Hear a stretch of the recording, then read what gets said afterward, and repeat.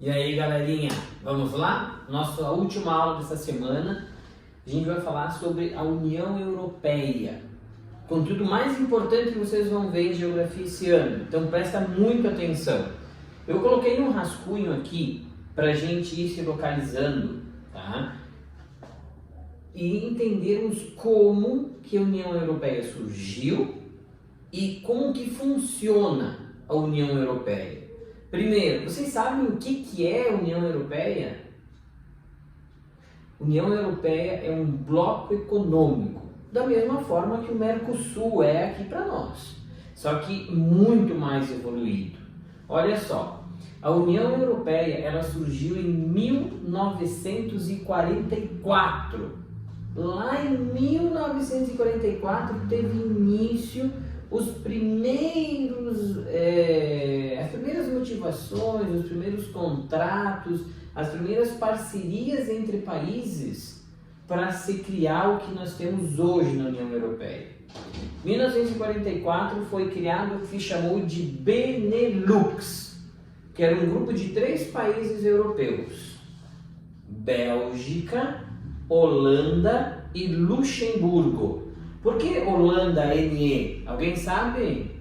A gurizada aí que joga FIFA lá no videogame, como é que tá a Holanda lá? Netherlands, certo? Então, em 1944 surgiu o Benelux, Bélgica, Netherlands e Luxemburgo. Qual que era a intenção desses 3 países? Comprar e vender produtos entre eles, pagando menos impostos. Então, tudo que a Bélgica comprava de Luxemburgo, tudo que Luxemburgo comprava da Holanda, eles iam pagar um valor menor de imposto para incentivar o desenvolvimento econômico desses países. Agora, passou-se alguns anos e chegamos à data de 1952. 1952 teve uma ampliação desse bloco econômico. Nós tivemos o Benelux, mais a França, mais a Itália e mais a Alemanha, já tendo um bloco econômico composto por 6 países. Mas aí tu não podia continuar aqui Benelux e seguir com a abreviatura dos países. Então eles criaram em 1952 o que foi chamado de CECA, Comunidade Europeia do Carvão e do Aço.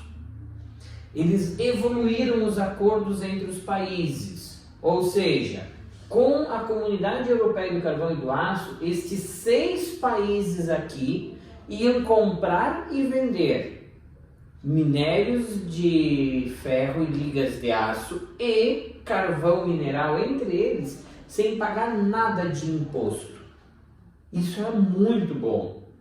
Porque o carvão era a principal fonte de energia e as ligas de ferro e as ligas de aço eram as principais matérias-primas para a construção, cientes que eles estavam se reconstruindo porque tinha acabado a Segunda Guerra Mundial.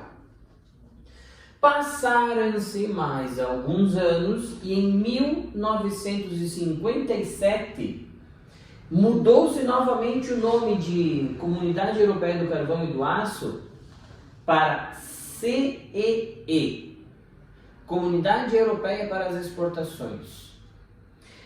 Esta CEE aqui teve 2 grandes mudanças até ao anterior. Primeiro, não eram apenas ligas de ferro e ligas de aço que seriam comercializados entre eles. Nós iríamos ter todos os produtos sendo comercializados entre os países livres de impostos. Primeiro. Segundo, nós tivemos um aumento no número de países novamente. Olha só, começou em 44 com 3 países, em 1952 se ampliou para 6 e em 1957 se ampliou para 12 países. Porque nós tínhamos os 3 do Benelux, mais os outros 3 que ingressaram para formar a Comunidade Europeia do Carvão e do Aço e mais a Inglaterra, a Irlanda, a Dinamarca, a Grécia, Espanha e Portugal. Essa aqui foi a grande mudança que aconteceu na União Europeia. Porque nós tivemos o ingresso da Inglaterra no mesmo bloco econômico que a França, que eles sempre eram muito rivais, economicamente, militarmente, em tudo. Pior que Brasil e Argentina.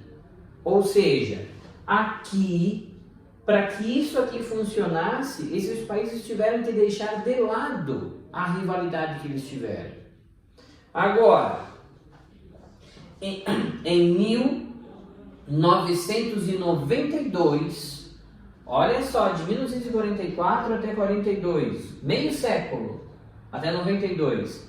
Nesses várias décadas que se passaram, os países foram se organizando, foram fazendo acordos, foram se estudando, e em 1992 foi assinado o Tratado de Maastricht. Esse Tratado de Maastricht foi o documento que legalizou e oficializou a criação da União Europeia da forma como nós temos hoje. E aí uma série de outros países foram ingressando. Tanto é que hoje nós temos 28 países fazendo parte da União Europeia. O que tem de diferença entre esses países? Primeiro, a União Europeia é um bloco só, mas com níveis de integração diferente entre os países. Por exemplo, alguns países fazem parte da União Europeia, mas não usam a mesma moeda. A Inglaterra fazia parte da União Europeia, mas não usava o euro. A França e a Alemanha e a Itália faziam parte, mas usavam a mesma moeda, porque eles tinham um nível de interação diferente. Agora, o que tem de grande vantagem hoje nos países que fazem parte da União Europeia? Eles acabaram com as fronteiras, galerinha. Eles acabaram com as divisas existentes entre os países. Quem nasce, por exemplo, na Bélgica e quer fazer uma faculdade na França, pode fazer. Nasceu na Bélgica, se formou na França e quer abrir uma empresa na Alemanha, não vai ter nenhum impedimento. As pessoas podem circular livremente porque a União Europeia hoje é um bloco econômico que as pessoas podem ter livre circulação de pessoas, de bens, de produtos e de capital. Ou seja, tu sai de um país e vai para o outro da mesma forma que aqui no Brasil a gente sai de Santa Catarina e vai para o Paraná. Ou sai de Concórdia e vai para Chapecó. Não existe barreiras mais entre as pessoas desses lugares aqui. Eles estão querendo, que a intenção deles é acabar com as nacionalidades. Por exemplo, a pessoa não fala mais, eu sou francês, ou eu sou alemão, ou eu sou inglês. As pessoas queriam criar uma nacionalidade única, que era a nacionalidade europeu. Você faz parte do bloco, você é europeu. Certo? Galerinha,